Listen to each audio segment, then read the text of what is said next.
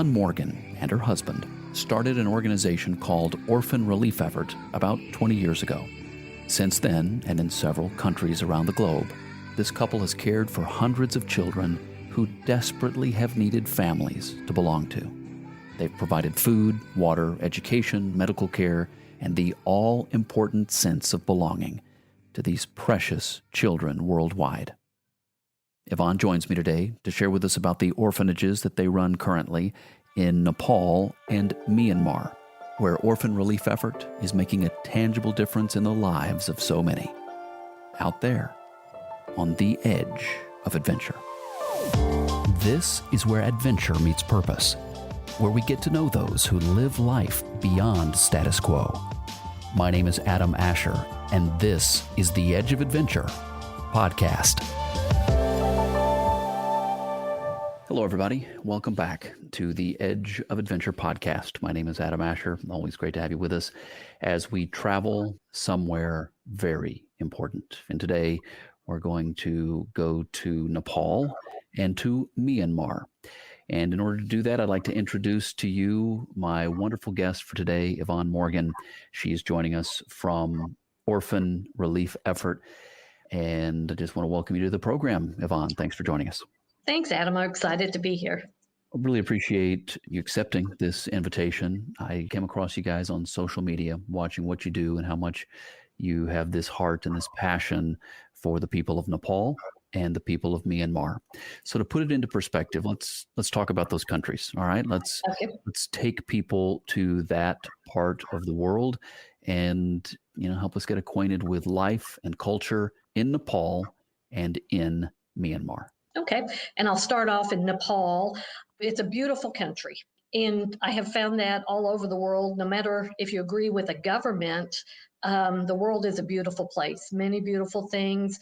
Nepal has Everest, which is just breathtaking to see.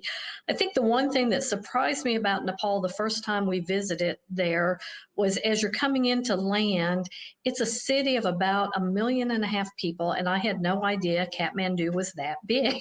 I should have researched better, but you always think of this little beautiful hamlet in the middle of the mountains, but it's a valley that is surrounded by the Himalayan mountains and just breathtaking.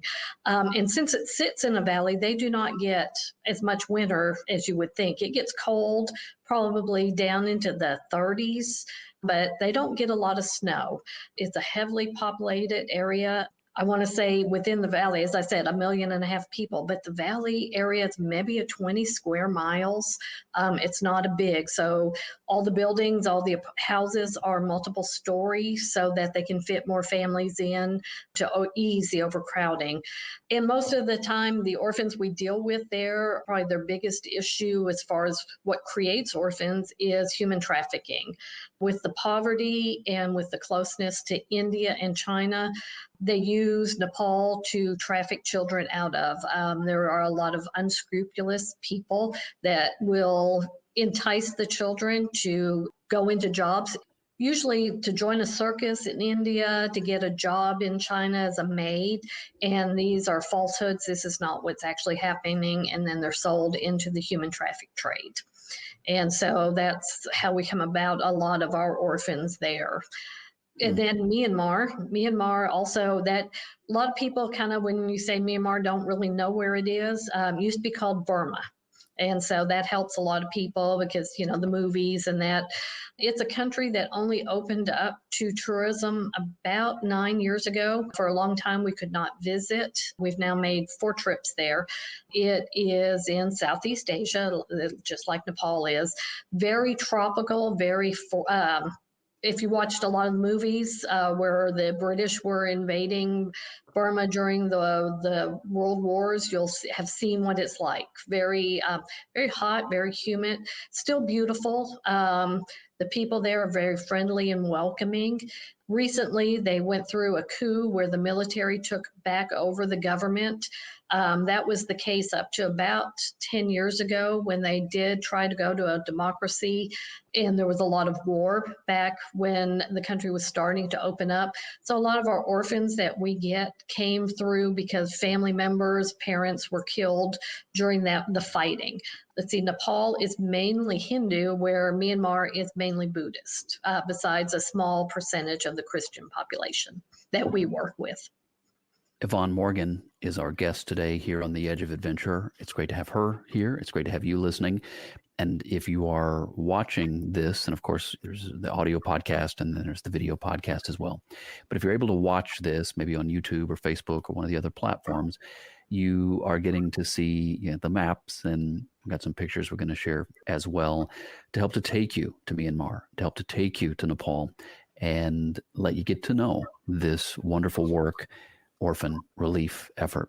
You've alluded to that. You've alluded to the scenario, the situation that causes the extreme poverty and that causes the need for what you guys do and the need to provide this type of relief to the orphans. And it's not a good situation, but I would like to talk about what you guys do to help alleviate it, how you help to serve those who are in great need there. Tell us about your work through the orphanages that you all provide. Okay, we have an orphanage in each country. Again, I'll start with Nepal. We have a building we rent there. It's 4 stories, and we have 2 of the floors, and we have about 20 children there, ranging, our youngest is about 8 at the moment, and going up through high school, what we would consider an 18-year-old in this country. They finish school earlier than we do here in this country, but we let them stay on until they can get jobs and get themselves settled. It's a good facility, and it's hard. Properties are very expensive in Nepal, so we have to make do. We have thought about building our own building, but it's just not practical. With the area being so overpopulated, it's hard to find land, and when you do, it's ridiculous prices compared to the rest of the world and where we see, where we also have worked in the past. It's just very expensive. In Myanmar, we've been there since the country reopened. We're getting up to 40 kids. Since that picture was taken, we've actually added about 6 more children, and we have built a building there. It will house 50 children. We're at 40, so we're getting near maximum.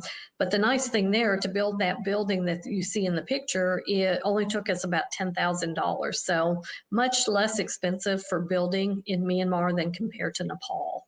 Yvonne, approximately how many children are you providing for in each of those 2 countries? In Nepal, it's about 25, and in Myanmar, it's 40. So 65 children all in total.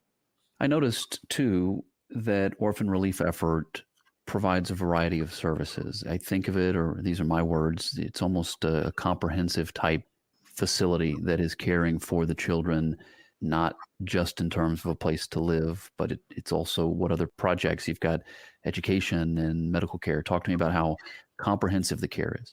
Yeah, we approach having these homes more like it is a home, not an orphanage. Our children are not available for adoption. We bring them in to raise them from whatever age we get them until they are out on their own. And so we provide full care, 3 meals a day, usually rice for several of the meals, because that's what the culture does. We try to make sure they get meat at least 2 to 3 times a week. We provide education because most schools, even though they will be free, we still have to buy uniforms and books. We provide medical care. We've had a few, they get their regular checkups, including dental. We've had a few situations where we've had to do surgeries for our kids, and we provide that. And so just providing them as if they were living in our own homes. And then we also try to work within the communities around. When we're in Nepal, we'll go visit the schools and, try to help as much as we can, providing things, small things usually, like helping fund books for some of the schools, just to make sure the community knows what we're doing also. I understand that in Nepal, the government of Nepal even refers children to you guys. Why is there such a good relationship between Orphan Relief Effort and the government in Nepal? Back probably 10 years ago, Nepal had many, many orphanages all over the country. A lot of them were fronts for human trafficking. And so the government cracked down and we established a relationship. We're very open with the government of Nepal. They come, they check on us unannounced. They've done that for, like I said, probably about 10 years now. We provide them open access to all our books over there. So they're very comfortable with us that we're not the front, that we're not taking the kids out of Nepal and sending them, to brothels in India and China, and try to make it where they knew they could trust us. And we've had a lot of, some of the children there we've had since they were 8 and now they're 18. So they can see the history that the children are not abused. They're well taken care of, well fed. We've got all the doctor records. So they know we're taking good care of the kids. Yvonne, let me ask a question. Again, I think of it as my responsibility as I interview the different guests and I get to know them. Part of my job is to ask the questions that the audience might ask. So let me ask this one. Is there any way to reconnect these children to their parents? In Nepal, most of the kids do not have parents. In a few situations, the parents were the ones trying to sell them into the human trafficking. And so we try, if we can, we do allow the ones that do not have actual parents anymore. We do allow the family members, aunts, uncles to come and visit the children so that they keep that connection. But we have to be very careful that we're not allowing them into a situation that's going to be harmful for the children. We had one young lady we rescued back a while ago, and she was pledged in marriage. She was 13. She was pledged in marriage to a 50-year-old.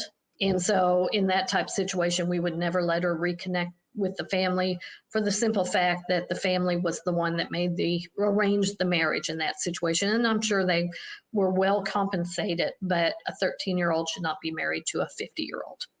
Yvonne Morgan is our guest today. She's joining us from Orphan Relief Effort, and we're learning about their work in Nepal and Myanmar. And if you're thinking, Myanmar, wait a minute, what country is that? It's Burma. That would have been the country we would have learned about. It's now referred to as Myanmar. What's the culture like over there in particular? And you've mentioned this a few minutes ago, but from my study here, it seems like it is a divisive time for them. There's a lot of push and pull and strife. What's it like there? And does that present a challenge to you guys trying to take care of these kids? It does present several challenges. The town that our orphanage is located in is fairly remote. We are right on the edge of the Christian area of the country, which we are not allowed to enter as tourists when we visit the country.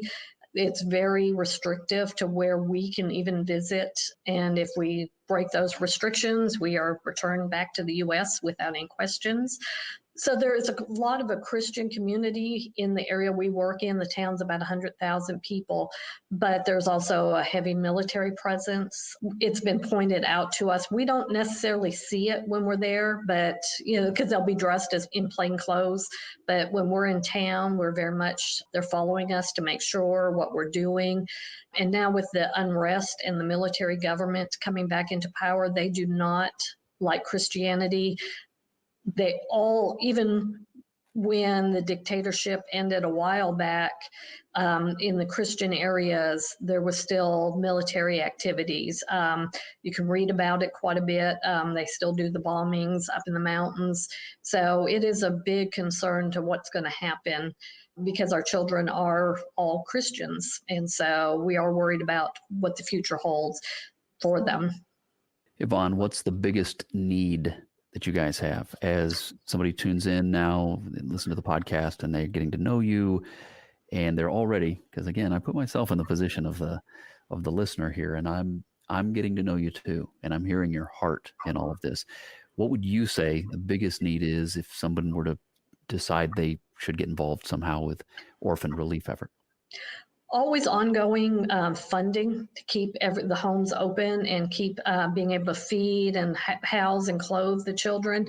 And I say money. We've been approached many times about sending things, which I wish we could. It would make my life so much easier. But back a few years ago with Nepal, we decided, okay, let's do this. Let's send over a pallet. We loaded it up with a variety of stuff, clothing and all kinds of stuff. And it weighed right about 100 pounds, and it was $5,000 to ship it. Everything was donated, so there was no cost to us for that other than we paid for the shipping. But if I sent, $5,000, that operates the house in Nepal for over 5 months.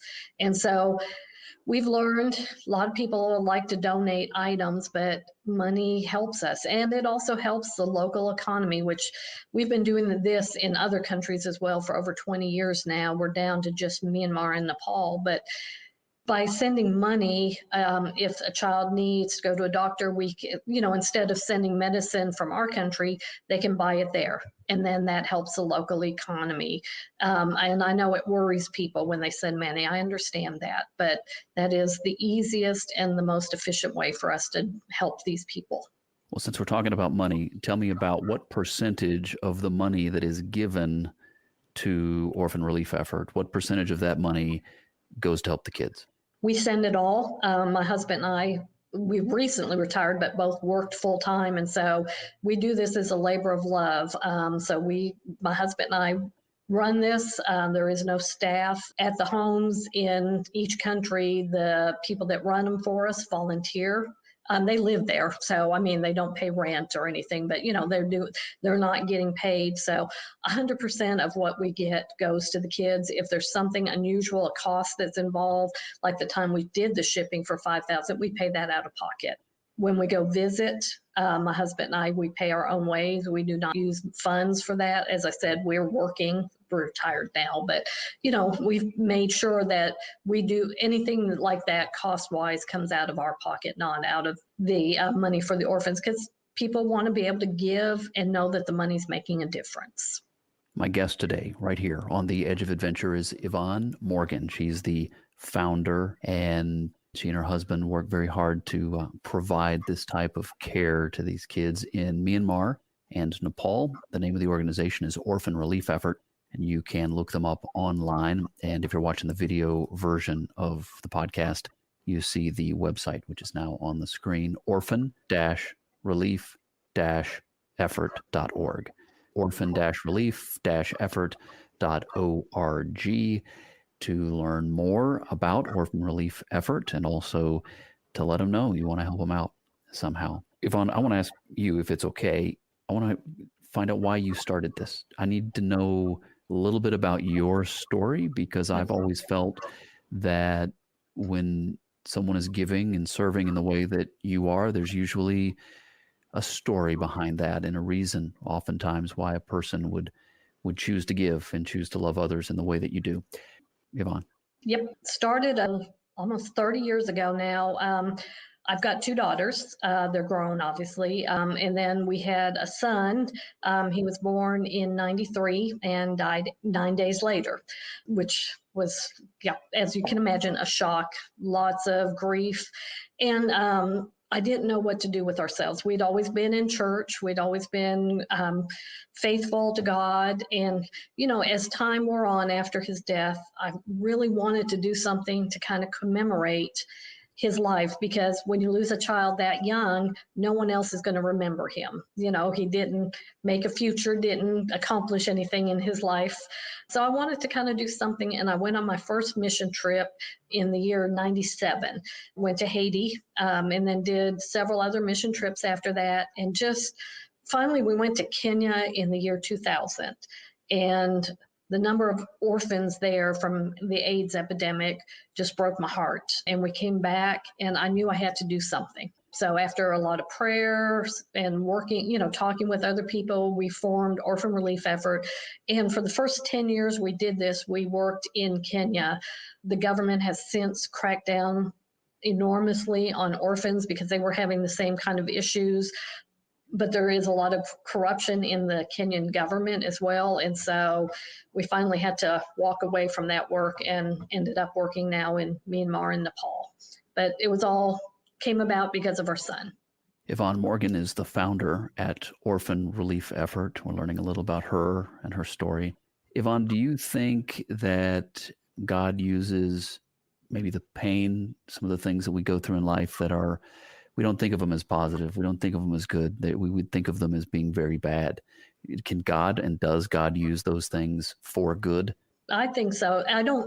God didn't cause our son to die in order to do this, but I think when you're a person of faith, of the Christian faith, he watches to see how we respond to the natural things that happen in our world, and he uses them. He allows us to see ways to use them for good if we're looking. It would have been very easy to fall into that pit and never come out.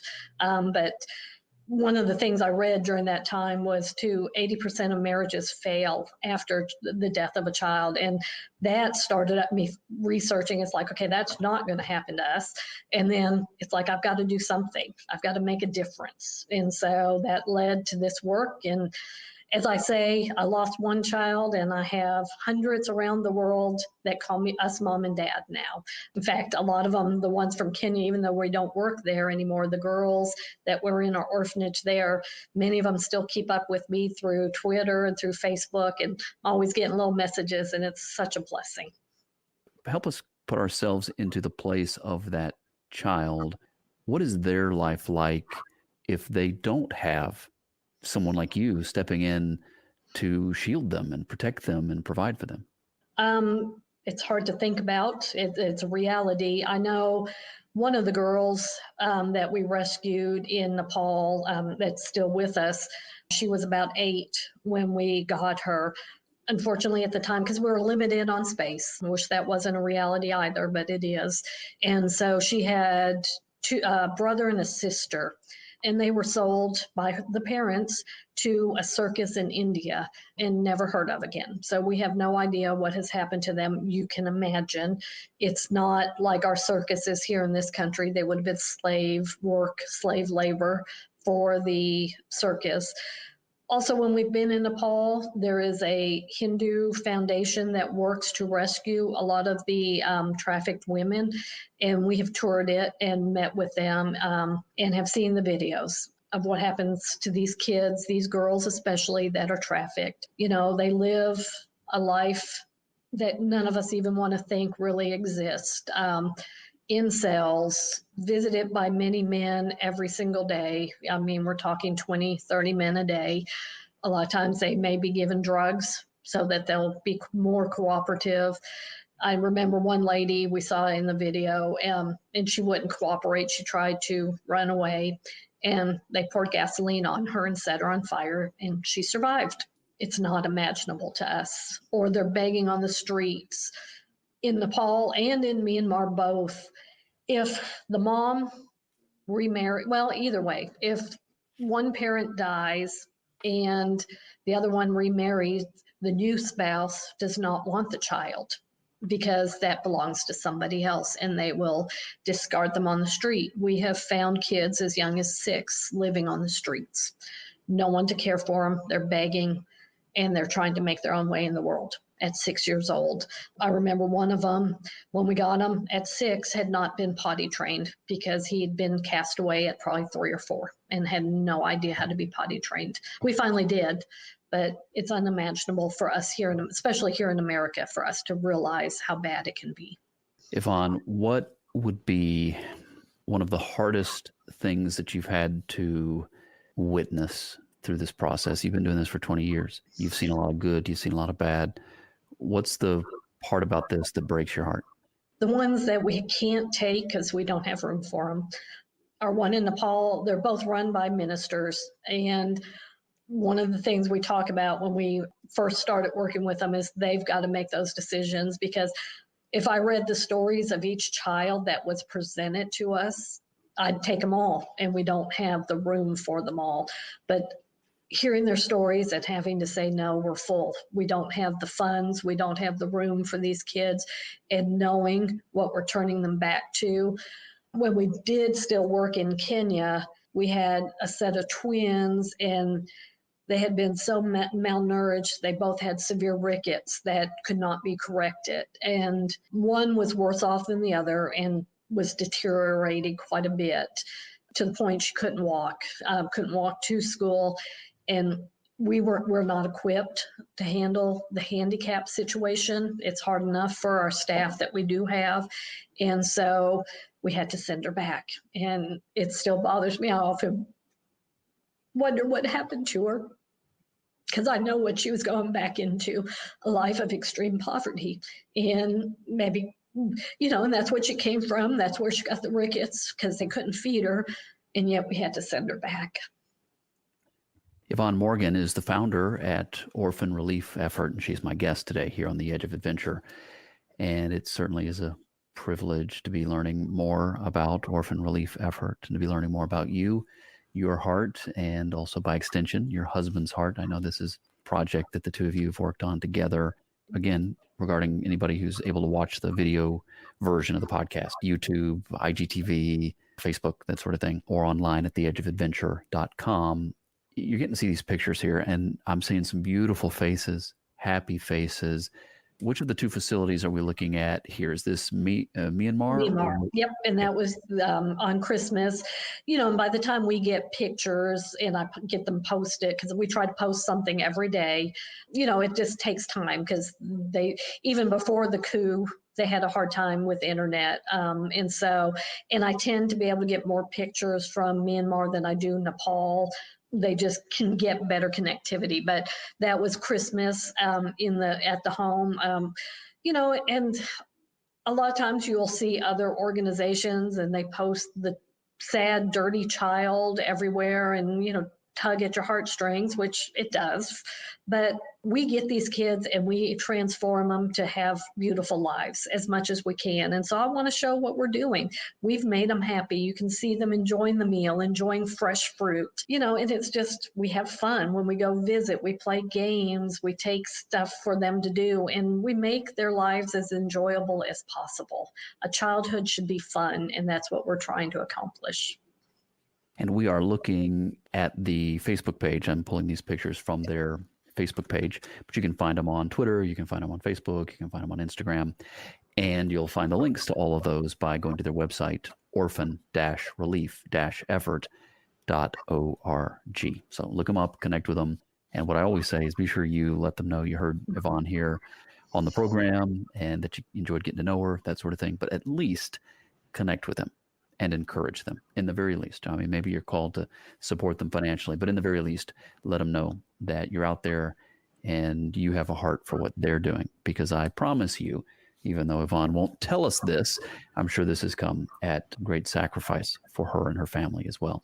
Beautiful kids here. What a beautiful meal. I mean, I'm looking at that meal. I'm getting hungry here just looking at it. Yep. And such beautiful, beautiful smiles. What is a child who has been rescued, right? Right. They were in the horrible situation, which is almost words just do not describe, don't do justice to how bad it is. And now they're over here and they are loved. How does it change a child's life to be safe and loved? It makes such a difference. Coming up in the next week or two, as I said, in Myanmar, we've gotten 6 new kids recently. COVID is devastating both countries because of the poverty. I mean, we struggle with it here too. And so when we get new children, I always post pictures of them as they come in, and then again, weeks later, and you just see the change in them. Probably one of the stories I remember the most, again, back when we used to work in Kenya, there was a little orphan we got. Her name was Victoria. We brought her into the home. She was 6. And one of the first things we like to do, because we don't know when these kids last ate. It could have been yesterday, it could have been days ago. And so one of the first things we always try to do is sit them down and let them eat. And with this little girl, we sat her down and we let them eat as much as they want. So we bring them plate full. As long as they're eating it, we'll keep filling their plate. 6 years old, she ate 6 platefuls of food, because they have learned that when food is presented to them, they eat till they're almost sick, because they don't know when they're going to eat again. And just to see that mentality in, that they're thinking that way at 6. And then, once they're comfortable and figure out that they have all these great brothers and sisters now and that they're going to get 3 meals a day, you can just see them relax and they start to being able to laugh again, and they don't hoard food, which is a great thing to be able to see that they're not hoarding the food anymore, that they know they're going to be okay. You just said that they have these brothers and sisters, right? The way you frame this is that they're not in a facility, they're now a part of a family. Yep. And our older kids help take care of the little kids, and it's just one big happy family. And we try to take them out on outings.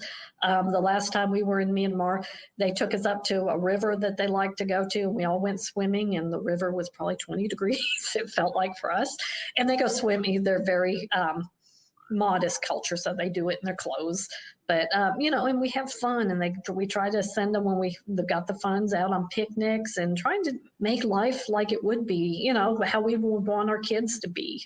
Yvonne, let me ask you about your faith, because you've mentioned a couple of things. Clearly, you are a woman of faith, and this platform here on The Edge of Adventure, I have all sorts of guests, and we talk to all sorts of people doing wonderful things around the world, and I always like to understand what motivates them. And what motivates you? Definitely my faith. Well, I'm of Christian faith. Christ died for my sins, which a lot of times we really can't grasp how big that is. And if all the things he does for me in my life, this is just a small thing I can do to repay him. James chapter 1:27 tells us that faith is taking care of widows and orphans in their distress. And I took that message to be took it to heart, that that's what we're called to do. We're supposed to take care of each other. And who's the most vulnerable in our populations but orphans and widows? And I've read over the years, if every Christian in the world did their part to help 1 or 2 people, we wouldn't have poverty anymore. Yvonne, I asked you about what breaks your heart. Now let me ask you about what restores your hope, what restores your energy and your belief that all this hard work is worth it. It matters. It makes a difference. What is it that gives you that boost when you need it? As I said, there are those kids who've gone through our program and graduated, for lack of a better word, and they're living adult lives now, and they reconnect and just call me mom. I'll get a text and it's like, hey mom, I just enrolled in college and here's what's going on. And it's like, and I don't ever expect a thank you, but just to know what's happening in their lives and being a part of it just makes it worthwhile when we go, and the hugs and the kisses we get from these kids. And then the hard part of it all, as my husband always says, come the end of a trip, that's when I'm crying, is because I don't want to leave. I want to stay. I want to keep seeing what we can accomplish without a ton of money. Each of our orphanages take about $1,000 a month to run. And a lot of times we run them on $500 a month if that's all we've got. It's not a big amount to to take care of this many kids, and to see how we can make a little go a long way and put smiles on kids' faces makes it all worthwhile. Yvonne, as we get to the end of our time today, it's been a great conversation. Make the invitation. What does the audience need to know? It doesn't take a lot to really change the life of a child. If we had somebody doing $20, $10 a month, it makes a difference. You can contribute to putting that smile on a child's face and giving them a hope of a future. Okay, ladies and gentlemen, it has been my privilege to get to know Yvonne Morgan today. Again, she's the founder at Orphan Relief Effort, and they provide shelter and education, medical attention, clothing, food, and love to these kids. And of course, I'm going to say it, they could definitely use your help. So please reach out to them at orphan-relief-effort.org, orphan-relief-effort.org, or follow them on Facebook, Instagram, Twitter, so on and so forth. But connect with them. That's my request. Connect with them, encourage them, let them know you appreciate what they're doing. And then if you can help them somehow, I'd love for you to do that as well. And prayer. We always need prayer for these kids too. And pray for the kids and pray for Yvonne and her husband. What's your husband's name? Bill. Bill. Pray for Yvonne and Bill, and just that they continue to have the strength and the ability to do this, because they're doing great work around the world. And today, Yvonne, thanks for taking us to Nepal and to Myanmar. And of course, knowing that there's also, these are tense days in Myanmar in particular. We'll be praying about that as well, that the kids would be safe and continue to be well taken care of. Thank you. Thank you so much, Yvonne. We will see you again soon, and we'll see all of you again soon for another edition of the Edge of Adventure podcast right here. Thank you all, and God bless. Thank you, Adam. My name is Adam Asher, and you've been listening to the Edge of Adventure podcast. To learn more, log on to theedgeofadventure.com. And while you're there, check out the video series where we go off the grid to discover some of the great things people are doing all around the globe to make the world a better place. I call it my search for adventure and purpose. You'll find us on social media too. Just look for the hashtag #TheEdgeOfAdventure. Thanks for joining us. Always great to have you with us, as together we aim to live life for something bigger than ourselves. This is The Edge of Adventure, where we go beyond status quo.